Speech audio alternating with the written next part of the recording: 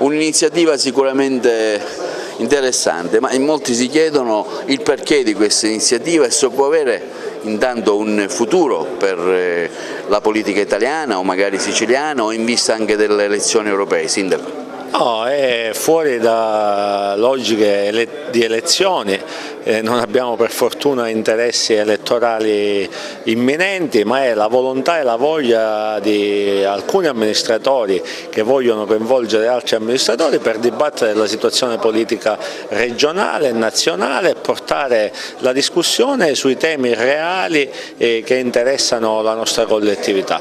Ne stiamo iniziando a parlare da oggi, ci saranno altre occasioni di incontro per discutere su tematiche importanti e per tentare di trovare le soluzioni che possono nascere dal confronto di chi opera ogni giorno tra la gente e in mezzo alla gente. Ma questa è un'iniziativa di amministratori locali, di tanti sindaci, consiglieri, assessori e anche ex amministratori. Il sottoscritto ha fatto delle esperienze al comune, alla provincia, però vuole ripartire.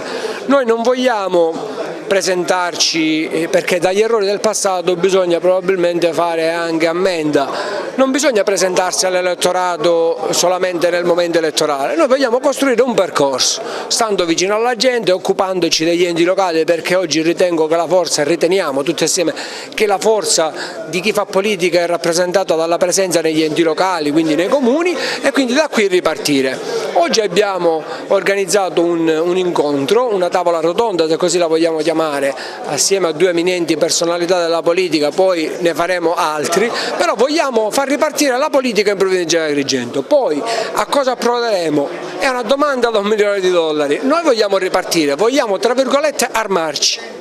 No, non parlerei per il momento di un futuro politico, è un'iniziativa importante nel senso che c'è la voglia da parte dei sindaci di rappresentare e di mettere in evidenza quelli che sono gli attuali problemi anche delle amministrazioni locali e perché no dare un nostro contributo per un'evoluzione anche in un senso più ampio, quindi diciamo sotto un aspetto politico-amministrativo e non strettamente politico. Quindi un'iniziativa importante, è l'occasione, ripeto, di analizzare quelli che sono i problemi che stanno caratterizzando l'attuale momento politico-amministrativo e capire di individuare delle soluzioni, delle proposte progettuali per il futuro per migliorare, soprattutto visto che sono sindaco, per migliorare diciamo, la situazione delle amministrazioni locali, partendo dalla politica. In verità abbiamo avvertito l'esigenza, avendo creato un gruppo di sindaci della provincia, di incontrarci per parlare di politica, cosa che ormai purtroppo non succede di frequente, quindi la volontà è quella di confrontarci al di là delle posizioni politiche su problemi che interessano principalmente noi sindaci, quindi gli enti locali, e abbiamo voluto la presenza dell'onorevole Mannino.